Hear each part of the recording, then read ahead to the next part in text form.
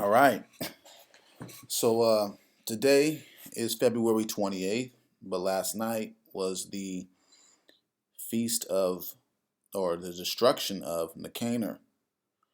All right. Nicanor is a real wicked bastard that was chosen by Lysias and was left in charge by, I believe, and one of the um, Antiochus Epiphanes, or your pater. We'll get to the bottom of that in this session. But I wanted to, you know, leave a video for the masses. A lot of people don't go into Nicanor in the Israelite community, and if they do, it's within their schools. But I wanted to leave a video to help the masses out to understand the destruction of Nicanor. Why is this feast day considered a Sabbath? Some people don't consider it a Sabbath, but it is a Sabbath. It is a high holy day, and it is necessary to be kept. All right, so with all due, let's get into it. We'll start in 2nd Maccabees, chapter 14. And this video might be long, might be chopped up in pieces. Who knows? But we want to get into some meat. All right, a little background story. So 2nd Maccabees, chapter 14, verse 1 says, After 3 years was Judas informed. Who's Judas? That's Judas Maccabees. All right, one of the 5 brothers who were inspired and was left with instructions from their father Mattathias in chapter 2 of 1st Maccabees book.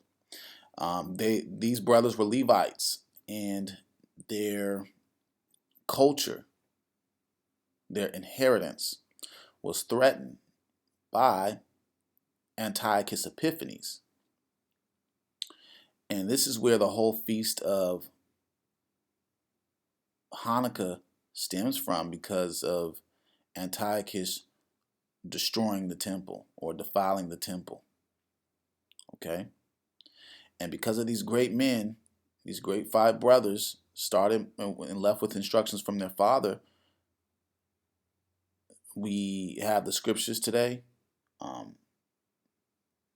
We have the scriptures were preserved through the 5. All right? Because of these courageous Israelite men. Okay? Black men, by the way. All right? Way more courageous than your Black Panther. All right? You know, Black Panther fought fake villains. These 5 men fought real villains. If you want to get a great depiction, I don't say a good war movie, and well, we'll get into that later. But anyway, so this was Judas Maccabees. So Judas Maccabees was informed that what? That Demetrius, the son of Seleucus, having entered by the haven of Tripolis with a great power and navy. Now, Tripolis is a city that's situated north and on the coastline of Israel. All right, but it's north by Tyre. Okay, right there on the coastline. All right, it's a city on the coast in the Mediterranean Sea. All right, now Demetrius entered with a great power and navy. And it says Demetrius, son of Seleucus. Okay, and he had taken the country and killed Antiochus and Lysias, his protector. Now, we got to get a little history, because when a lot of people read this book, they get confused.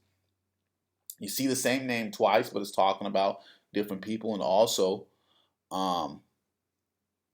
when you read the same name twice, and also there's 2 different books. There's the 1st Maccabees and 2nd Maccabees, so you'll get kind of like different accounts, the same way as you will read, 1st Kings, 2nd Kings versus 1st Chronicles, 2nd Chronicles.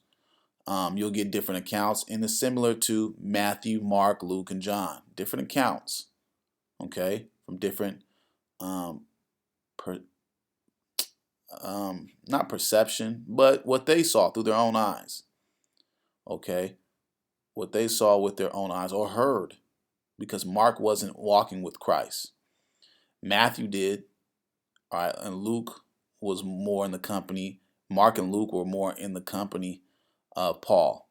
John walked with Christ. So it's kind of great because you got 4 accounts divided by 2. 2 walked with Paul and 2 walked with Christ. Okay? And basically they heard the stories and they wrote the book. Okay, what happened?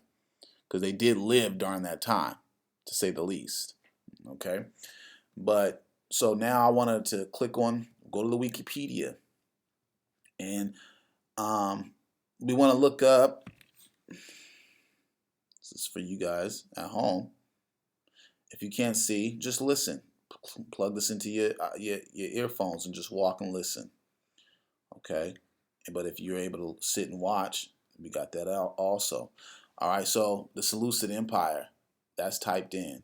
And the Seleucid Empire was an ancient Greek, was a Hellenistic state ruled by the Seleucid dynasty, which existed from 312 BC to 63 BC.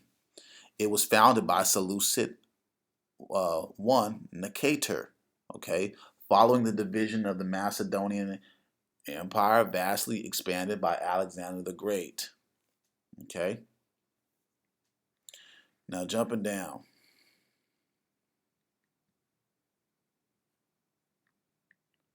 I'm going to do 2 different videos because I'm going to show some other great maps and stuff like that from my phone. This one's on my computer.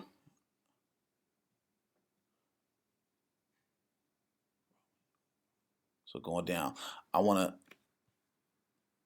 focus on this part right here. The Civil War and further decay. After the death of Antiochus, 4 Epiphanes, the Seleucid Empire became increasingly unstable. Frequent civil wars made central authority tenuous at best. Epiphanes' young son, Antiochus V, 5. That V stands 5. This V stands for 4. When you see the 1 before the 5, it means 4. When you see the V, it's always 5 in the Roman numerals. Okay, because it was first overthrown by Seleucus IV's son, Demetrius Soter, in 161. Demetrius I attempted to restore Seleucid power in Judea, particularly, but was overthrown in 150 BC by Alexander Ballas. Okay, an imposter with the Egyptian backing claimed to be the son of Epiphanes. All right, so you got Demetrius, right? That we read in the scripture. Then we have Epiphanes. Okay, all right. Epiphanes 4 is Seleucus. No, is Antiochus. Okay, you have Epiphanes. So you have Antiochus, Epiphanes. All right. All right. He was a real wicked dude. You see his coin right here. White boy. Okay. Ancient Greek. His name in God manifest. He was a real wicked dude. Real dark dude that was prophesied about by Daniel. When you read I believe Daniel chapter 11. And also Daniel chapter 8. 2 good books to go into. To read the prophesy who the Most High was speaking about. That shows you that the Apocrypha was meant to be in the scriptures. Okay. He was the son of Antiochus III, the Great. Okay, so his dad was Antiochus the Great. All right, Antiochus III, the Great. Let's see what he looked like. The little coin. Look at that. All right. Isn't it amazing how their statues don't have their nose chipped off? All right. Isn't that amazing? All right. So his dad was Antiochus the Great. His mother, religion, Greek polytheism. Polytheism. Poly means multiple. So he believed in multiple gods. Okay. He believed in multiple gods, mainly Bacchus. Okay, wine revelry. The god of orgies. Okay, he was a freak, liked to get his freak on. Okay, and this shows you that his son was what? Vupator. All right. His successor was Demetrius I Soter. All right. So Demetrius I Soter is the guy I was speaking about in the scriptures. See, he was sent to Rome as a hostage. The reign of his father Seleucus for Philopator and his mother. When his father was murdered by his fiancee, by the finance minister Heliodorus, BC, his uncle Antiochus for Epiphanes. So Antiochus, Epiphanes, and Seleucus were brothers. Okay, Antiochus and Seleucus for Philopator was brothers with Antiochus Epiphanes. All right. So it says his uncle Antiochus for Epiphanes killed the usurper, but usurped the throne himself when Antiochus IV died.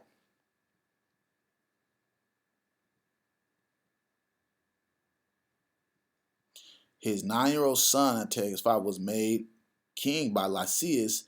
Demetrius was then 22 years old. Thus he was born in 185 BC. He requested that the Roman Senate to restore the Syrian throne to him, but was rejected since the Romans believed that Syria should be ruled by a boy rather than a man. 2 years later, Antiochus V,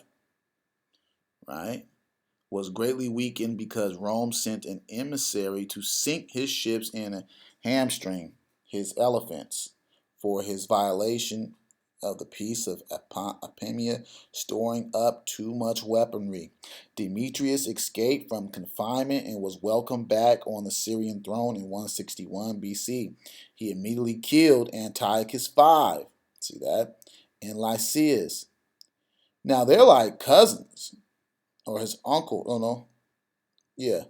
That's his cousin. Antiochus Eupator is his cousin. He murdered his own cousin.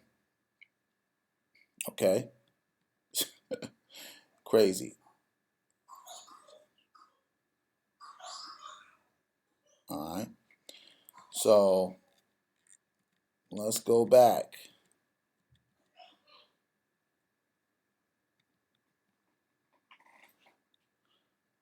Let's go back to the scriptures. All right. So that's who Demetrius was. So you can tell he had ambition and hatred. He wanted to get back on the throne, so he went and killed his own cousin. All right. Now that's why in our culture we're not supposed to be murdering anybody unless the Most High says go to war against this nation. We're not supposed to be a nation divided. But anyway, you can see that in the Esau's culture, it's by any means necessary. And we picked up on that wickedness. Okay. It says, now one Alcimus, who had been high priest and had defiled himself willfully in the times of their mingling with the Gentiles, seeing that by no means he could save himself, nor have any more access to the holy altar, came to King Demetrius in the 150th year. So the 151st year, basically, presenting unto him a crown of gold and a palm, and also of bowls, which were used solemnly in the temple. And so that day he held his peace. Howbeit, having gotten opportunity to further his foolish enterprise, and being called into a council by Demetrius, and asked how the Jews stood affected, and what they intended, he answered thereunto, those are the Jews that he called Assyrians, whose captain is Judas Maccabees, nourish war and are seditious, and will not let the rest be in peace. Now here's Judas Maccabees, right? He's fighting to restore the kingdom. Okay? But Alcimus, who is another Israelite, is lying on Judas Maccabees, saying, "Oh, they're always causing problems." All right, they're always causing. So it's like hey, also, Demetrius is like, "What's going on in the black community?" Okay, and you get your foolish, wicked ass pastor who speaks for the people, basically. All right, or your wicked priest. Oh yeah, we got this problem over here with these group of dudes. We're gonna need you to handle this. All right. Now, it says that he was a leader. He was a captain of the Assyrians. Let's look up the Assyrians.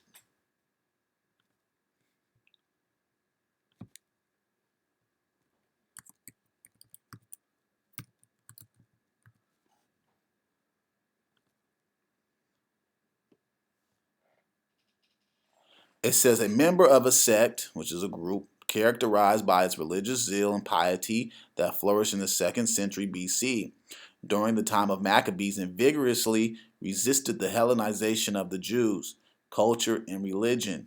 They expand also Assyrian, Hasidian, all right, origin of Assyrian, Hasidians. Let's click on that. The Hasidians, ancient pietists, were a Jewish religious party which commenced to play an important role in the political life only during the time of the Maccabean Wars. Although it had existed for quite some time previous, the Hasidians are mentioned only 3 times in the book of Maccabees.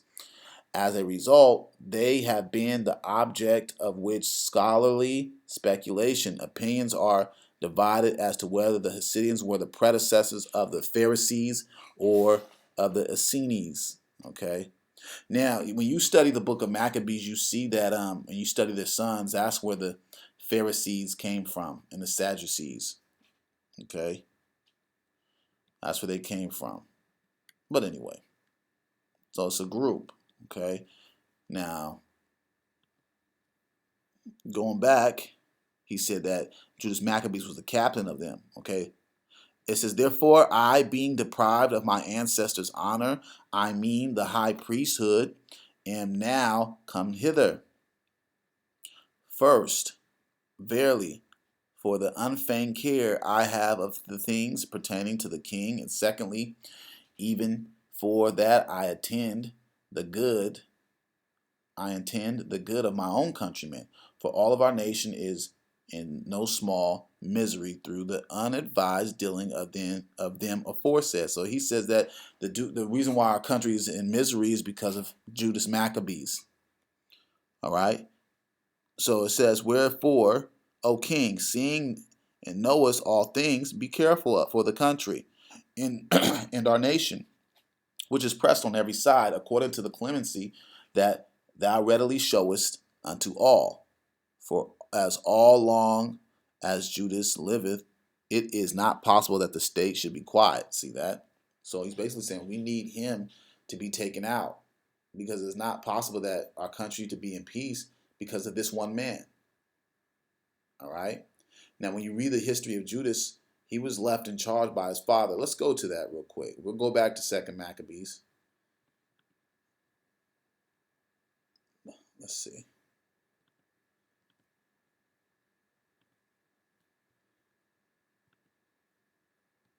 Let's see. And you notice how they have websites that, you see the book of Enoch or Yasher or Jubilee in here? No, because all those books are bullshit. All right? And I'm going to do a video on that soon. But anyway, let's go to 1st Maccabees, chapter 2.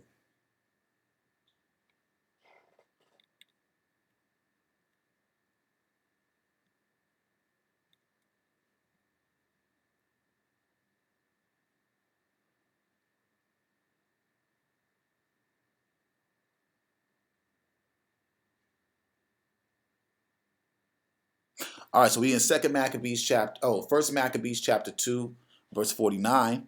It says, now, when the time drew near that Mattathias should die, He said unto his sons, now hath pride and rebuke gotten strength in the time of destruction, in the wrath of indignation. Okay. Now therefore, my sons, be ye zealous for the law, and give your lives for the covenant of your fathers. Okay. Call to remembrance what acts our fathers did in their time. So shall ye receive great honor and an everlasting name. Was not Abraham found faithful in temptation? And it was imputed unto him for righteousness. Joseph, in the time of his distress, kept the commandment and was made Lord of Egypt. When was Joseph's distress? Joseph being the son of Jacob. Remember, he was in Egypt. He got sold into slavery. The Pharaoh's wife wanted to sleep with him. He avoided that because that would have been adultery, right? And so she lied. They threw him in prison. So he was what? In distress. But later on became the governor, the ruler of Egypt. Okay. Phinehas, our father, in being zealous. Phinehas was what? A high priest, a Levite. That's why he said, our father, in being zealous and fervent, obtained the covenant of an everlasting priesthood. Jesus, for fulfilling the word, was made judge in Israel. Jesus being who? Joshua. Okay. He was made a judge in Israel. Okay. Moses left him in charge. Jesus is another name for Joshua. Okay. It's the Greek translation. It's the English translation, all right, of the Latin. All right. Joshua, all right, is the English translation of the Hebrew. Okay. Named Jesus. If I'm wrong, you brothers leave a comment. Correct me on that. Caleb, for bearing witness before the congregation, received the heritage of the land. David, for being merciful, possessed the throne of the everlasting kingdom.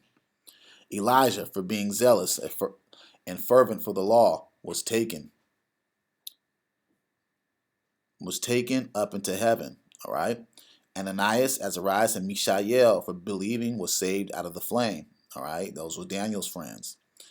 All right. Daniel, for his innocency, was delivered from the mouth of lions.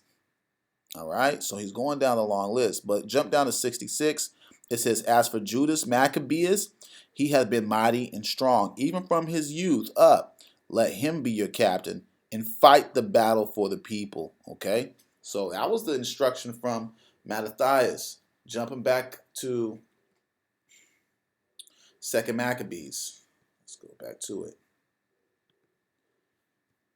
So jumping back to 2 Maccabees. We're going to go all the way back to chapter, let me see if I can do this quicker like this, chapter 14.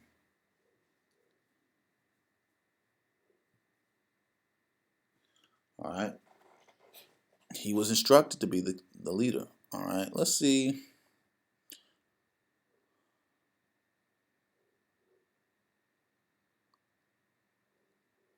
All right. So verse 11 in 2 Maccabees, chapter 14. This was no sooner spoken of him, but the others of the king's friends, being maliciously set against Judas, did more incense Demetrius, and forthwith calling Nicanor, who had been the master of the elephants, and making him governor over Judea, he sent him forth, commanding him to slay Judas and to scatter them that were with him, and to make Alcimus high priest of the great temple. So that was Alcimus's whole goal, was to become high priest. And through his treachery, he went and lied just to have a man of his own nation, a brother of his whole own nation, murdered. Okay? Murdered. We're not supposed to deal with our brothers like that. All right? Thou shalt not kill. Thou shalt not bear false witness. That's part of the Ten Commandments. But a man that wants to be a priest, due to his ambition and seeking preeminence, what happens?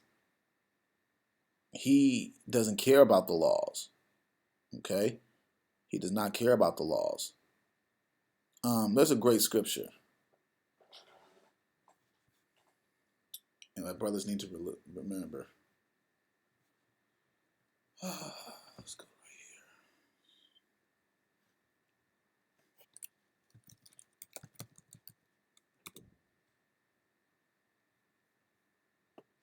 And it's in the book of Psalms, chapter 75, verse 6.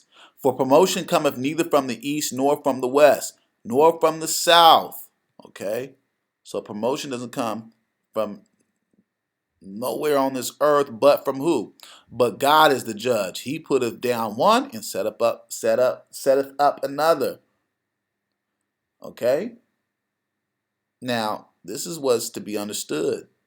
Brothers that seek preeminence and seek to be leaders and try to become somebody of a notable person in history, or they seek out fame on their own.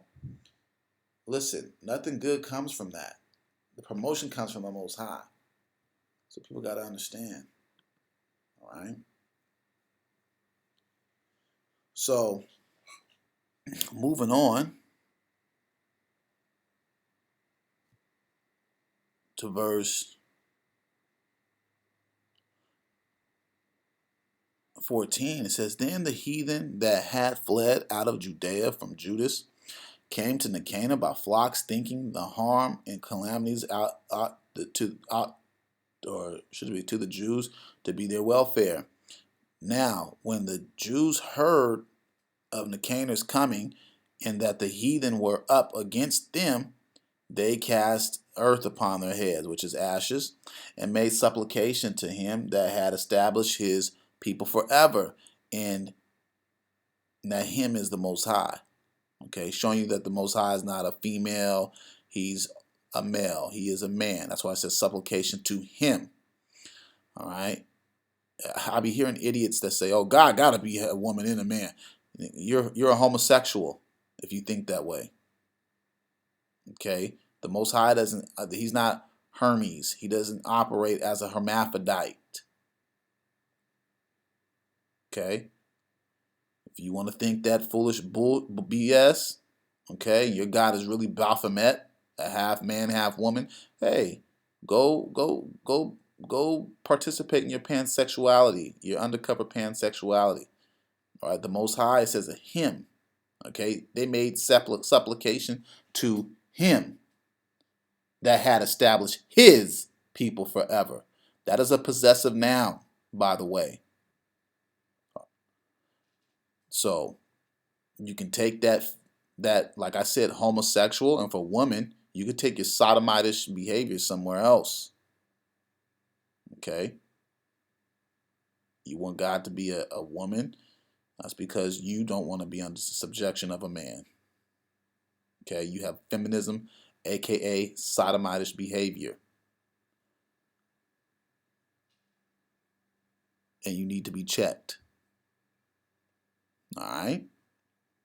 We are ruled by the Most High, which is a male entity or deity. Okay? The Heavenly Father, not father, half mother. Okay? People that believe in that crap. Hey, people that believe in that crap is the same evil men that were in this book. Look it up. We're going to go into that. All right? Because it shows their religion, what they believed in.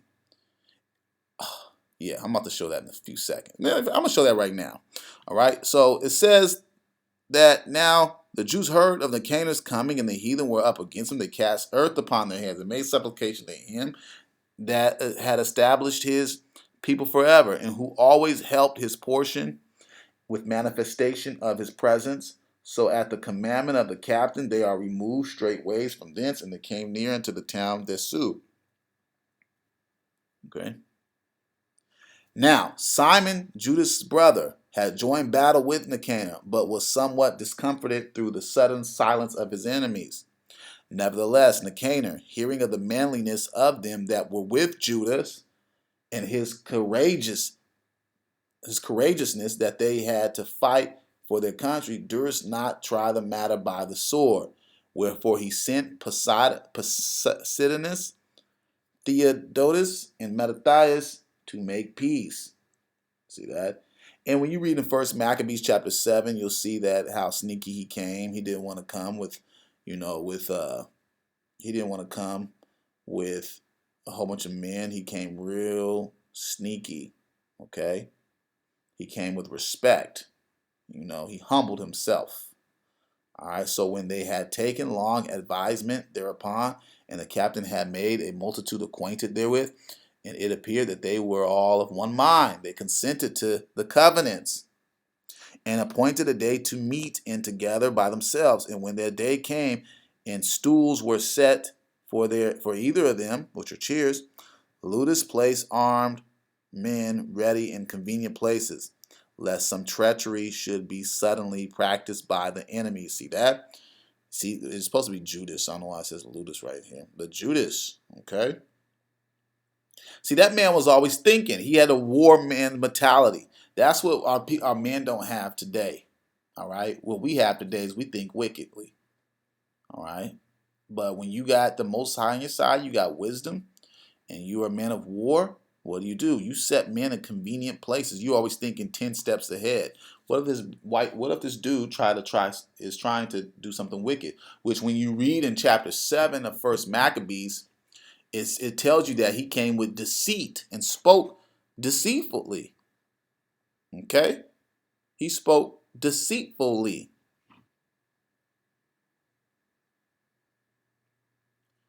So Judas Maccabees,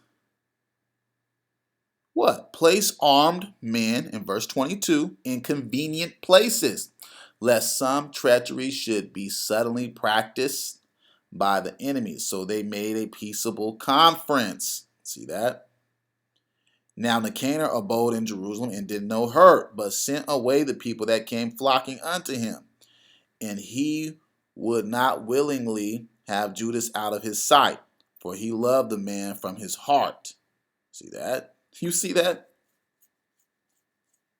For he loved the man from his heart. So, what does it mean that he loved the man from his heart? Meaning that he had respect for this man. Okay?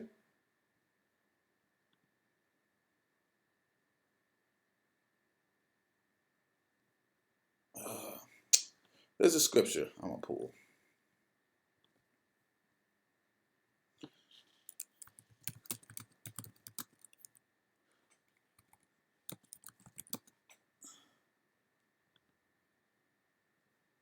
All right, let's go to Proverbs chapter 16. I believe Proverbs chapter 16.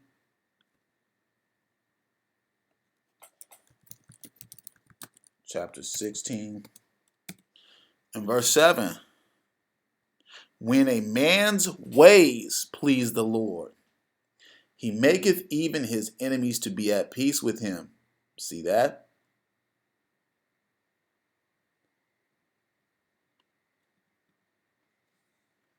When a man's ways please the Lord, he maketh even his enemies to be at peace with him. So when you go back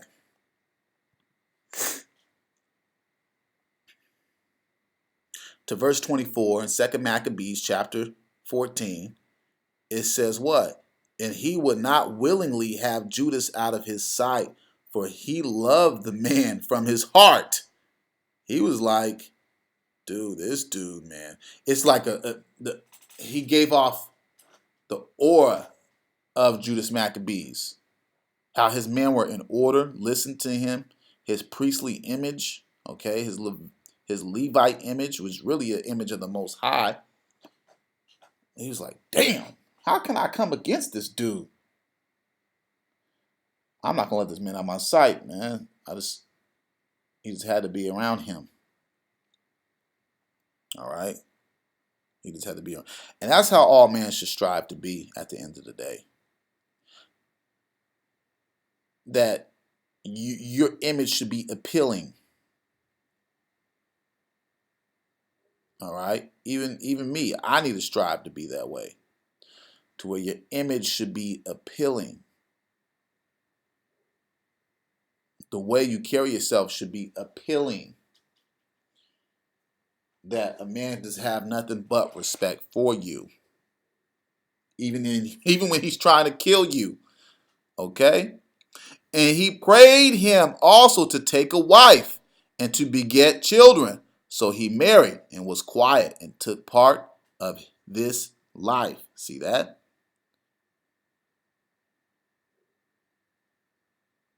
Think about that. Nicanor came deceitfully.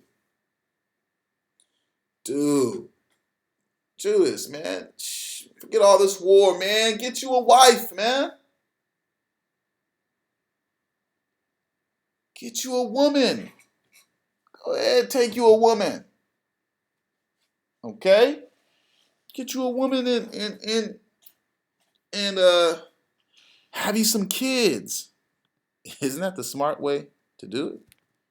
Isn't that a smart thing to convince? Why would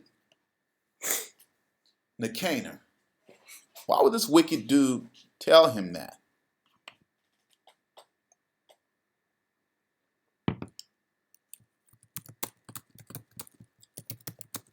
Huh?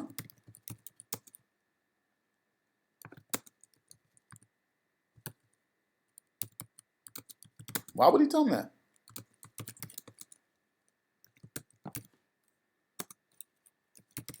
Let's go into the scriptures. Let's go to Deuteronomy chapter 24. There's a reason. Deuteronomy chapter 24, and I believe it should be verse 5.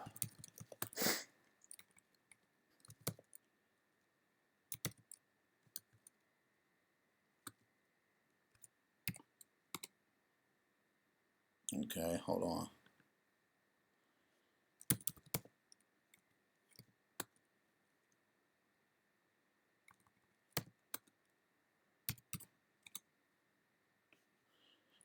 All right, Deuteronomy chapter 24, verse 5. When a man hath taken a new wife, he shall not go out to war, neither shall he be charged with any business. But he shall be free at home 1 year, and shall cheer up his wife which he have taken. See that? That's why he says, hey man, go get you a wife. All right, let me read that verse over. 2 Maccabees chapter 14, verse 25. He prayed him also to take a wife and to beget children. So he married and was quiet and took part of this life. See that? When a man gets married, he can't go out to war and go out and do. He has to stay at home for 1 year. That's law. Okay? So therefore, nobody's dying. There's no there's no war. Because Nicanor seen him and was like, yeah, I can't beat this dude. There's no way. He got order. Same way these you Negroes went out to go see Black Panther. You seen how they was at all, ooh, he has him a female military.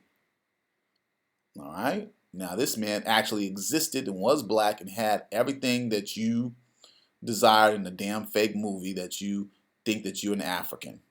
Okay? This black man, because remember, he's a Levitical, he's Levite. Now you guys all will go to war and say, Moses was black. See, he put his hand in his bosom and it turned white. Okay. Well, Moses was a black man. Remember the Jethro's daughters who were Midianites said, hey, an Egyptian man helped us. And you guys will go to war and say, hey, the Egyptians was black. All right. Well, Moses was black from the tribe of Levi. All right. Now, when you read the history of the Maccabees, they came from that same lineage. Okay. Matter of fact, they came from, I believe, Aaron's bloodline, which was Moses' blood brother. So, Jerusalem is the real Wakanda. Okay? The real Wakanda. All right? And he had a real military. No women. We don't need women in our military. They staying at home and they provide it and they guide in the house, like it says in 1 Timothy chapter 5, in Titus chapter 3, in 1 Peter chapter 3. We don't need no women in our military. We had men. Okay? We had men. The scripture says the ancient men communed in the streets, and the young men dressed in war-like apparel. All right? That's what the scriptures say. We don't need no woman running around doing anything with bald head. We don't need no bald-headed women. That's a shame anyway. We had women with hair. Okay? Not with pants, none of that. Dress beautifully. Dress with respect, not shamefully. What that movie Black Panther pushed was shame and deceitfulness. Two Jewish dudes that created a damn story about a Black Panther, all that bull crap, like I brought out in another video. One was a Romanian Jew, the other was an Austrian Jew that grew up in New York, grew up in Manhattan, which is around Harlem. So they studied you, okay? And they tugged your heartstrings and made almost $1 billion in 2 weeks. It's a damn shame. Movie was great, but it's a damn shame. All right. And like I said in the last video, Wakanda is a place up there in Illinois, and it is a Native American language. And the Native Americans was called Negroes back then as well. I brought that out in a video. Okay, so moving on.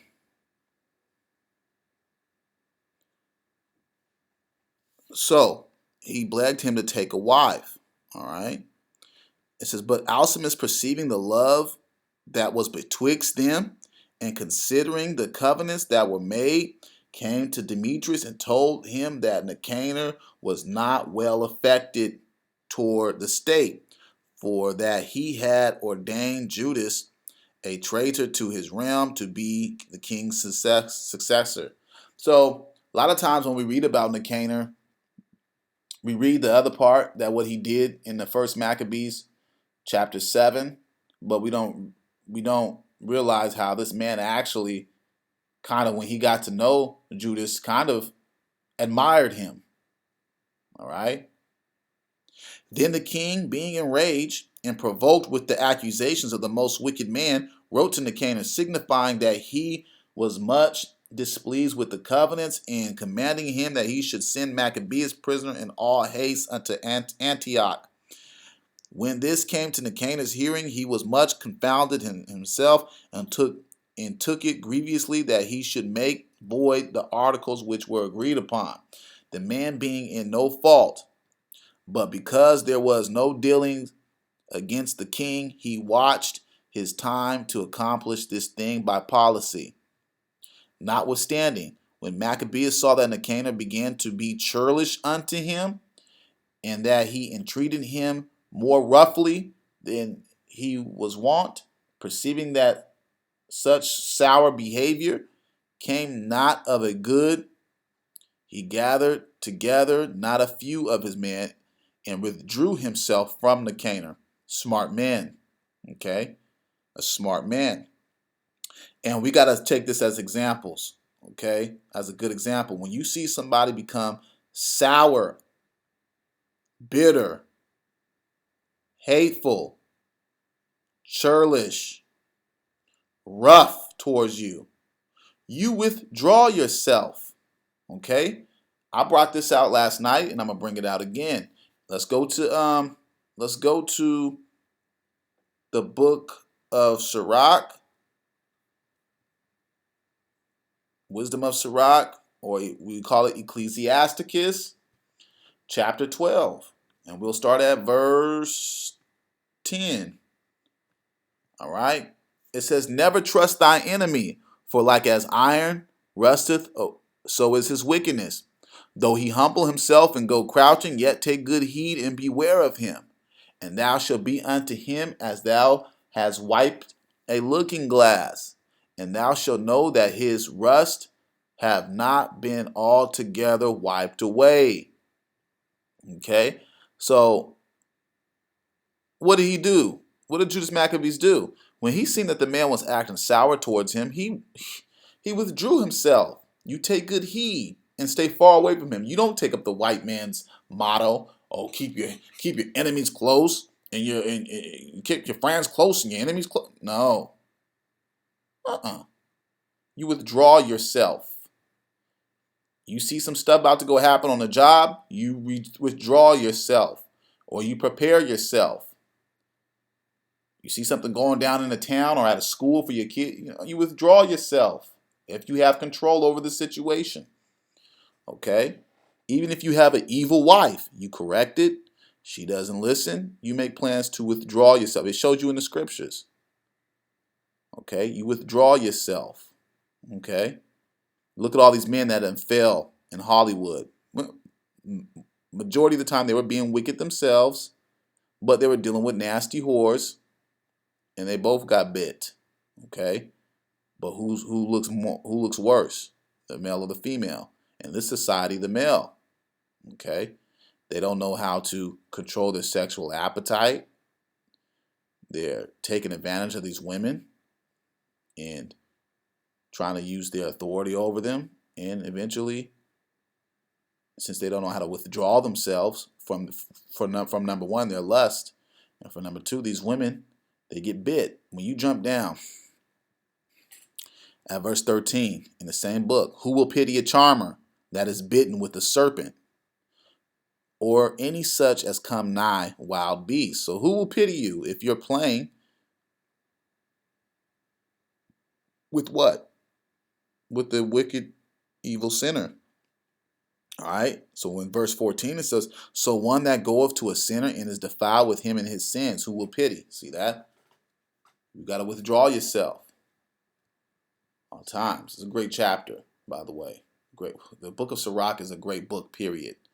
All right. Hand in hand with the book of Proverbs. Great book. All right. Manifold wisdom in that book. Manifold wisdom. All right. So when you go back to 2 Maccabees, you go down.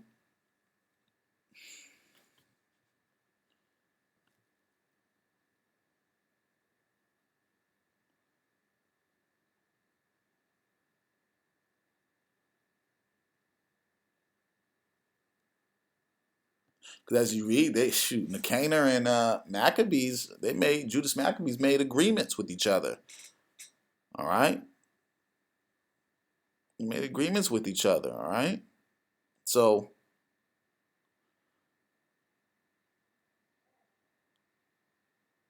jumping back up in verse 32, and when they swear that they could not tell where the man was whom he sought, he stretched out his hand toward the temple and made an oath in this manner, if they will not deliver me Judas as a prisoner, I will lay this temple of God even with the ground, and I will break down the altar and erect a notable temple unto Bacchus.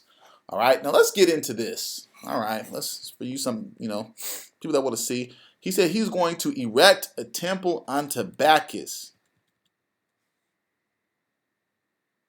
This is who Nicanor believed in. Matter of fact, let's see what Nicanor looked like. Nicanor.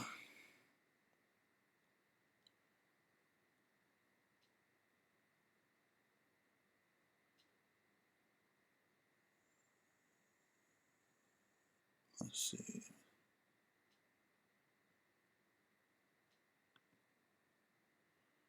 It was a Syrian Seleucid general under Antiochus Epiphanes and Demetrius Soter. Okay. This guy. It says the son of Patroclus and one of the king's chief friends. All right. All right. So they don't have a picture of him up. It's Nicanor. But he said he's going to erect the temple to who? Bacchus.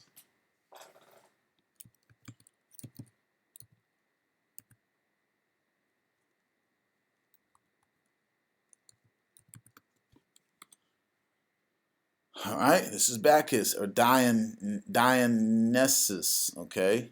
Is a god of grape harvest, winemaking, and wine and ritual madness, fertility, theater and religious ecstasy in the ancient Greek religion and myth. Wine played an important role in Greek culture, and the cult of Dionysus was the main religious focus, for it is unrestrained consumption. So basically drunkenness, His worship became firmly established in the 7th century. He may have been worshipped as early as 1500, 1100 by the Mycenaean Greeks. And Mycenaean Greeks is black. Okay, those are Japhetic people. Okay, Esau came in and took over their culture. Traces of Dionysus type cult have also been founded in the ancient Minoan and other black ancient Greeks, Japhet. Okay, the origins are uncertain, and his cults took many forms. Some are described as the ancient sources as the Thracians, others as Greeks. In some cults, he arrives from the east as an ancient foreigner, and others from Ethiopia in the south. He is the god of Epiphany, the god that comes. And his foreigners and arriving outside of God may be inherent and essential to his cults. Okay.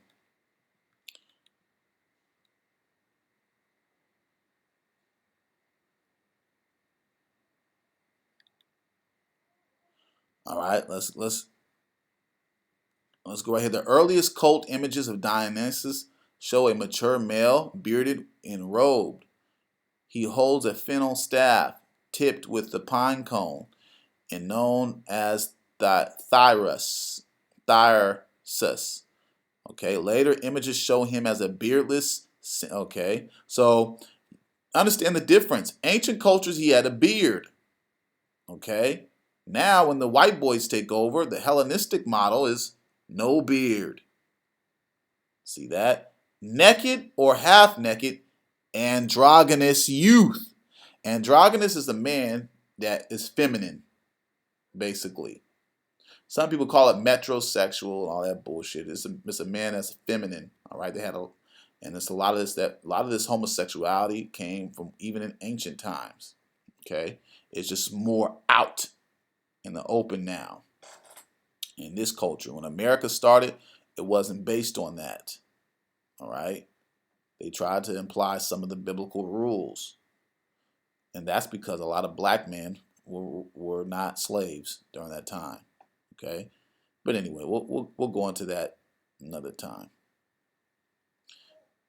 It says the sensuous, naked, half-naked, androgynous youth. The literature describes him as a womanly or man-womanish. Okay, in his fully deprived form, his central cult imagery shows the triumphant, disorderly arrival or return of whom he placed beyond the borders of his known and civilized. His possession has made him made up of a wild female followers, maenads, and bearded satyrs with erect penises. See that? Some are armed with thyruses, some dance or play music. The god himself is drawn in a chariot, usually by exotic beasts such as lions and tigers. All right, so, anyways, he is also known as Bacchus, the name adopted by the Romans. In the frenzy he induces in Bacchia, his thirst is sometimes wound with ivy dripping with honey.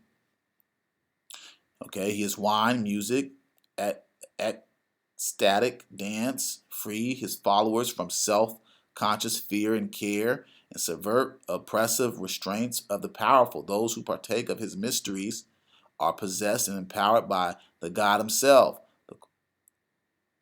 All right, so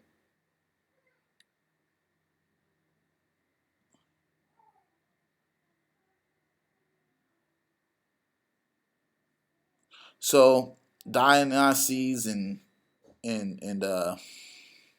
Bacchus are the same, and he has like a real feminine look. Okay, but he likes to get drunk, and as you read on, probably in more different websites or not, uh, he he indulges in homosexuality.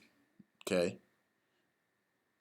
okay. So when you go down, as you guys see me scroll down, okay, or according to the myth, Zeus gave the infant Dionysus to the care of Hermes.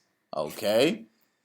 One version of the story is that Hermes took the boy to King Athamas and his wife Ino, Dionysus' aunt. Hermes begged the couple to raise the boy as a girl. See that? Why would Hermes beg somebody to raise him as a girl? To hide him from Hera's wrath. Okay, like stupid.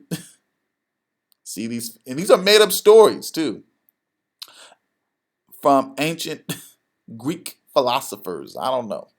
Another version is that Dionysus was taken to the Rhine nymphs and Nysa, who nourished his infancy and childhood, and for their care Zeus rewarded them, placing them as the Hades among the stars, star clusters, the Hyads, I should say. Jumping down, we're gonna go down.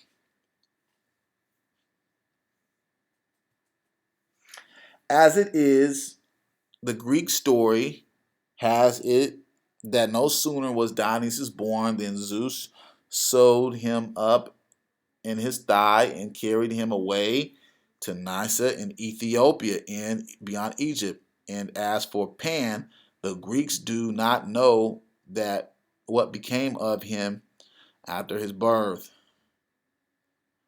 Okay, Pan is the all right. That's the homosexual. All right, god of nature, the wild shepherds, flocks, the mountain wilds, and often associated with sexuality. All right, Pan, Peter Pan. All right, Never Never Land. All right, this deals with a lot of homosexuality. Okay, but you see that how the they when you deal with Dionysus or whatever Bacchus, he had an androgynous look later on in culture. When you start when these white boys came to power. Okay, they sat there and turned him into. First, he was just a drunk. Then later on, he turned into a fruitcake. Okay, and it's funny how they say they handed him over to Hermes. Hermes is a hermaphrodite, or Hermes begged him to turn into a half. Look, yo, man, this stuff is sad, but it's funny at the same time, dude. It's sad and funny at the same time.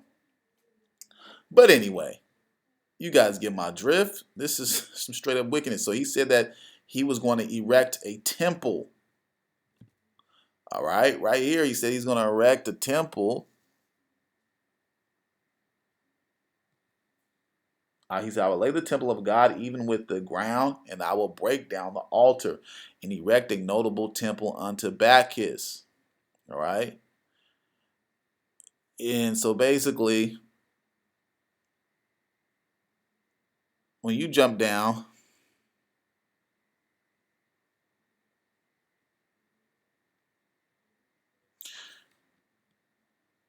chapter 15,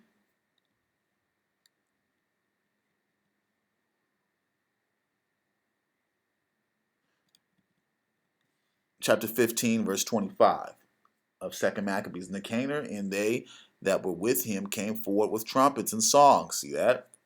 He was bold. He came forth to the battle with trumpets and songs. But Judas and his company encountered the enemies with invocation and prayer, so that fighting with their hands and praying unto God with their hearts, they slew no less than 30,000 men. For through the appearance of God they were greatly cheered. Now, when the battle was done, returning again with joy, they knew that Nicanor lay dead in his harness. Then they made a great shout and a noise, praising the Almighty in their own language. Means what? In the Hebrew. Okay. In this battle, the first person to get taken out was who? Was Nicanor. He was the first one to get put to death in the battle. All right. So when they jumped down, they said he hanged also Nicanor's head. Oh, and they showed. Let's go to the verse 31. To verse 30. And Judas, who was ever chief defender of the citizens, both in the body and mind, who continued his love toward his countrymen, also his life commanded to strike off Nicanor's head and his hand with his shoulder and bring them into Jerusalem. So when he was there, he called them of the nation together and set priests before the altar. He sent for them that were of the tower and showed them vile Nicanor's head and hand of that blasphemer, which which with the proud brags he had stretched out against the holy temple of the Almighty. And when he had cut out the tongue of that ungodly Nicanor, he commanded that they should give it by the pieces unto the fowls, which are birds, and hang them up in reward of his madness before the temple. So every man prays toward the heaven of the glorious Lord, saying, Blessed be he that hath kept his own place undefiled. He hanged also Nicanor's head upon the tower in evident and manifest sign unto all the help of the Lord. And they ordained all with a common decree in no case to let that day pass without solemnity, but to celebrate the 13th day of the 12th month, which in the Syrian tongue is called Adar. All right? The day before Mordecai's day, which is Purim. Okay? So they just said they not to let that day pass without solemnity. What does solemnity mean? Let's go to Psalms 81.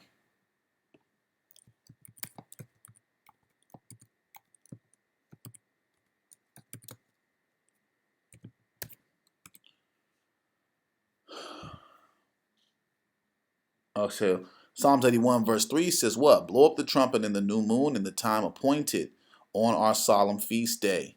All right, on our solemn feast day. What is solemn? Chag. A festival gathering, pilgrim feast, festival sacrifice. So it's a feast day. Okay, it is a high holy day. On our solemn feast, the new moon is the high holy day. All right, it is a high holy day. So yeah, it's a high holy day. Let's see, festivals, solemn feast day, sacrifice, solemnity.